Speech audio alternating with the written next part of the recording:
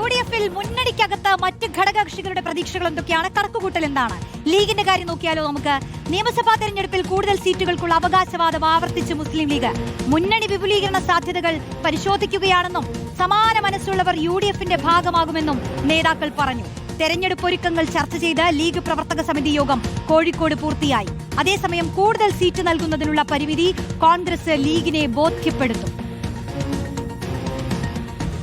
ആശയപരമായി യോജിപ്പുള്ളവരുമായി മുന്നണി തങ്ങൾ നേരത്തെ പറഞ്ഞിട്ടുള്ളതാണ്, അടിത്തറ വികസിപ്പിക്കണം എന്ന് പറഞ്ഞാൽ ഏതെങ്കിലും ഒരു പർട്ടിക്കുലർ പാർട്ടിയെ പോയി ക്ഷണിക്കണം എന്നുള്ളതല്ല. ആ രണ്ടു കൂട്ടർക്കും തോന്നുമ്പോൾ അത് മുന്നണി ചർച്ച ചെയ്യും എന്നതിനർത്ഥമുള്ളൂ. സംസ്ഥാന പ്രസിഡന്റ് അതിന് മറുപടി പറഞ്ഞിട്ടുണ്ട്. ലീഗിന് അർഹതയുണ്ട്, അതൊക്കെ മുന്നണിക്കകത്ത് സൗഹൃദ അന്തരീക്ഷത്തിൽ ചർച്ച ചെയ്ത് ഞങ്ങൾ തീരുമാനിക്കും എന്ന് പറഞ്ഞിട്ടുണ്ട്. അഭിലാഷ് ചേരുന്നു. അഭിലാഷ്, ലീഗിന്റെ അവകാശവാദം ശക്തമാണ്. മുന്നണി വിപുലീകരണം എന്ന ആശയവും അതിനൊപ്പം ലീഗ് ഉന്നയിക്കുന്ന അവകാശവാദം എന്താണ്? അതിൽ അവരുടെ പ്രതീക്ഷ എന്താണ്?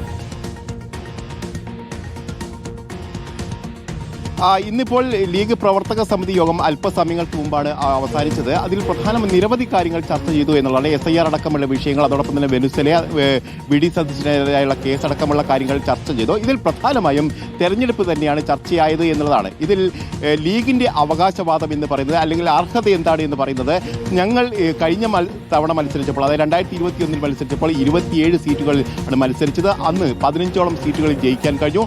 തദ്ദേശ തെരഞ്ഞെടുപ്പിലേക്ക് വരികയാണെങ്കിൽ തദ്ദേശ തെരഞ്ഞെടുപ്പിൽ മികച്ച വിജയം, മിന്നുന്ന വിജയം നേടാൻ കഴിഞ്ഞു. ഇത് തങ്ങളുടെ അവകാശമാണ് എന്ന് തന്നെയാണ് അവർ പറയുന്നത്. ആ ഒരു അവകാശം അവകാശവാദമായി തന്നെ ഉന്നയിക്കാനുള്ള ഒരു നീക്കം അവർ നടത്തുകയും ചെയ്തു. UDF-ന്റെ യോഗത്തിൽ ഉഭയകക്ഷി ചർച്ചകൾ നടക്കുമ്പോൾ ആ ഘട്ടത്തിലൊക്കെ ലീഗിന് ഇതിന് അർഹതയുണ്ട് എന്നുള്ള കാര്യം അക്കമിട്ട് നിരത്തുകയായിരിക്കും ലീഗ് ചെയ്യുക എന്ന ഉറപ്പാണ്. പക്ഷേ ഏതെങ്കിലും തരത്തിൽ ബലപരീക്ഷണത്തിലൊന്നും മുസ്ലിം ലീഗ് പോകില്ല. സൗഹാർദ്ദമായ അന്തരീക്ഷത്തിൽ മാത്രമായിരിക്കും ഇത്തരത്തിലുള്ള ചർച്ചകൾ എന്ന് ലീഗ് ഇതിനകം തന്നെ ഉറപ്പാക്കുകയും ചെയ്തിട്ടുണ്ട്. ഏതായാലും ഇന്നിപ്പോൾ പ്രവർത്തക സമിതി യോഗം നടക്കുന്ന ഘട്ടത്തിൽ ഈ കാര്യങ്ങളൊക്കെ നേതൃത്വത്തിന്റെ മുന്നിലേക്ക് വരികയും ചെയ്തിട്ടുണ്ട്. അവിടെയുള്ള പ്രവർത്തകരൊക്കെ ഇത് സംബന്ധിച്ചുള്ള കാര്യങ്ങളൊക്കെ പ്രവർത്തക സമിതിക്ക് മുമ്പിൽ അവതരിപ്പിക്കുകയും ചെയ്തിരിക്കുന്നു. ഇതിൽ പ്രധാനമായും യുവജനങ്ങളുടെ പ്രാതിനിധ്യം, അതോടൊപ്പം തന്നെ സ്ത്രീകളുടെ പ്രാതിനിധ്യം അടക്കമുള്ള വിഷയങ്ങളും ചർച്ച ചെയ്യപ്പെട്ടിട്ടുണ്ട്. ഏതായാലും ഇക്കാര്യത്തിലും നേതൃത്വം ഉറപ്പ് നൽകുന്നുണ്ട്. യുവജനങ്ങൾക്ക് കൂടുതൽ പ്രാതിനിധ്യം നൽകും. കാരണം തദ്ദേശ തെരഞ്ഞെടുപ്പിൽ മത്സരിച്ച ഘട്ടത്തിൽ അവർക്ക് കൂടുതൽ ജയിച്ചു കയറാൻ കഴിഞ്ഞ ഒരു സാഹചര്യമുണ്ട്. അത് നിയമസഭാ തെരഞ്ഞെടുപ്പിൽ നടപ്പിലാക്കും. അതോടൊപ്പം തന്നെ വനിതകളുടെ പ്രാതിനിധ്യവും ഉറപ്പാക്കും എന്നുള്ള കാര്യം കൂടി പറയുന്നുണ്ട്. മറ്റൊരു പ്രധാനപ്പെട്ട കാര്യം എന്നുള്ളത് നേരത്തെ പലതവണ ചർച്ച ചെയ്യപ്പെട്ടതാണ് ടേം വ്യവസ്ഥ എന്നുള്ളത്. പക്ഷേ ടേം വ്യവസ്ഥ പൂർണ്ണമായ തോതിൽ നടപ്പിലാക്കാനുള്ള സാധ്യതയില്ല എന്ന് തന്നെയാണ് ഇപ്പോൾ PMS എല്ലാം വ്യക്തമാക്കുകയും ചെയ്തത്. കാരണം പരിചയസമ്പന്നരായ ആളുകൾ ഈ തെരഞ്ഞെടുപ്പിൽ വേണം. വിജയ സാധ്യത തന്നെയായിരിക്കും മത്സരിക്കാനുള്ള മാനദണ്ഡമായി ലീഗ് നേതൃത്വം പരിഗണിക്കുക എന്ന് തന്നെയാണ് അവർ പറഞ്ഞു വെക്കുന്നത്. അതായത് നിരവധി തവണ മത്സരിച്ചവർ ഈ സമയവും വിജയസാധ്യത പരിഗണിക്കുകയാണെങ്കിൽ സ്ഥാനാർത്ഥി പട്ടികയിൽ ഉണ്ടാവുമെന്നുള്ള കാര്യം ഉറപ്പാക്കുന്നു. അതേ സമയത്ത് തന്നെ ഒരു സന്തുലിതാവസ്ഥ കൊണ്ടുവരുന്നതിന് യുവജന പങ്കാളിത്തവും അതോടൊപ്പം തന്നെ വനിതാ പങ്കാളിത്തവും ഉറപ്പുവരുത്താനുള്ള നീക്കവും ലീഗിന്റെ ഭാഗത്തും ഉണ്ടാവും. അപ്പോൾ ലീഗിന്റെ ഭാഗത്തു നിന്നുള്ള ഈ അവകാശവാദങ്ങളെ കോൺഗ്രസ് അംഗീകരിക്കുമോ? മുന്നണി അതിനെ എങ്ങനെ കാണുമെന്നുള്ളതാണല്ലോ അടുത്ത ചോദ്യം. VS രഞ്ജിത്ത് ചേരുകയാണ്. രഞ്ജിത്ത്, ഇതിലിപ്പോ ചർച്ചകളൊക്കെ പുരോഗമിക്കുന്നു. പക്ഷെ അതേസമയം ഈ കൂടുതൽ സീറ്റ് നൽകുന്നതിനുള്ള പരിമിതി കോൺഗ്രസിനുണ്ടല്ലോ. അപ്പൊ അത് ലീഗിനെ പറഞ്ഞ് ബോധ്യപ്പെടുത്തും. അതല്ലേ കോൺഗ്രസ് ചെയ്യാൻ പോകുന്നത്?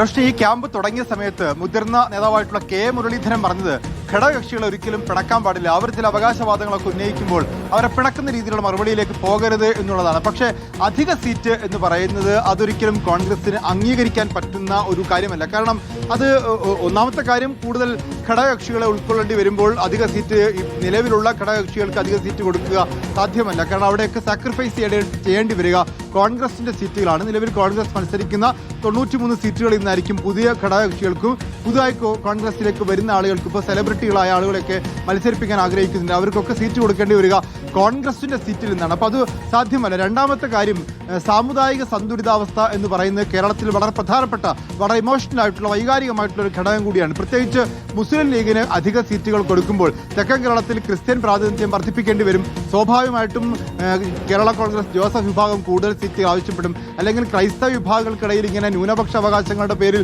മുസ്ലിം ലീഗ് കുറച്ച് അധികം ആനുകൂല്യങ്ങൾ കൈപ്പറ്റുന്നതായിട്ടുള്ള ചിന്തകൾ വരും. 5ാം മന്ത്രി സ്ഥാനത്തൊക്കെ ഉണ്ടായ വിവാദങ്ങൾ വീണ്ടും പൊന്തിവരും. അപ്പോൾ സാമുദായിക സന്തുലിതാവസ്ഥ തകരം പറയുകയും നിലവിൽ തദ്ദേശ സ്വയംഭരണ സ്ഥാപനങ്ങളിലേക്ക് തെരഞ്ഞെടുപ്പ് കടന്നപ്പോൾ ക്രൈസ്തവ ന്യൂനപക്ഷങ്ങളും മുസ്ലിം ന്യൂനപക്ഷങ്ങളും ഒരുപോലെ UDF-നെ പിന്തുണച്ചു. ആ ഒരു രാഷ്ട്രീയ സാഹചര്യം ഇല്ലാതാക്കാൻ ഈ ഒരു അവകാശവാദത്തിനും അത് അംഗീകരിച്ചു കൊടുത്താലും സഹായിക്കും എന്നുള്ളത് കൊണ്ട് തന്നെ ഈ അധിക സീറ്റ് എന്ന് പറയുന്ന അവകാശവാദത്തെ കോൺഗ്രസ് UDF-നകത്ത് അംഗീകരിക്കാൻ സാധ്യതയില്ല എന്നാണ് മനസ്സിലാക്കാൻ സാധിക്കുന്നത്. എന്നാൽ ലീഗിനെ സംബന്ധിച്ചിടത്തോളം അവർ തദ്ദേശ സ്വയംഭരണ തെരഞ്ഞെടുപ്പിൽ നേടിയിട്ടുള്ള വിജയം, അത് പ്രവർത്തകർ ഉണ്ടാക്കിയിട്ടുള്ള ആത്മവിശ്വാസം, അതൊക്കെ വർദ്ധിപ്പിക്കാൻ അധിക സീറ്റിന് ഞങ്ങൾക്ക് അർഹതയുണ്ട് എന്ന് പറഞ്ഞു വെക്കുന്നത് അവരെ സഹായിക്കും. സ്വാഭാവികമായിട്ടും അവർക്ക് അവരുടെ പ്രവർത്തകരെയും അവരുടെ പാർട്ടിയെയും ഒക്കെ ഒരു തരത്തിൽ ആത്മവിശ്വാസം പകരാൻ ഉന്നയിക്കുന്ന ഉതകുന്ന ഒരു അവകാശവാദമാണ് അധിക സീറ്റ്. പക്ഷെ അത് അനുവദിച്ചു കൊടുക്കുക എന്ന് പറയുന്നത് UDF എന്ന് പറയുന്ന സംഘടനാ സംവിധാനത്തിനകത്ത് വലിയ ബുദ്ധിമുട്ടായിരിക്കും. അത് സാമുദായിക സന്തുലിതാവസ്ഥയെ പോലും തകിടം മറിച്ച് UDF-ന്റെ ജയപരാജയങ്ങളെ പോലും സ്വാധീനിക്കാൻ അതിന് ശേഷിയുണ്ടാവും. ഓക്കെ, അപ്പോൾ ഒറ്റക്കെട്ടായി മുന്നോട്ട് പോകാനാണ് ശ്രമം നടക്കുന്നതെങ്കിലും ലീഗിന്റെ ഈ അവകാശവാദങ്ങളെ എങ്ങനെയായിരിക്കും മുന്നണി കൈകാര്യം ചെയ്യാൻ പോകുന്നത് എന്ന് ഉറ്റുനോക്കുകയാണ് നമ്മൾ. ഈ അവകാശവാദങ്ങളെ തള്ളുകയാണെങ്കിൽ ലീഗ് അതിനെ എങ്ങനെ നേരിടും, പ്രതിരോധിക്കും എന്നതൊക്കെ നമുക്ക് വരും ദിവസങ്ങളിൽ കാത്തിരുന്നു തന്നെ കാണാവുന്നതാണ്.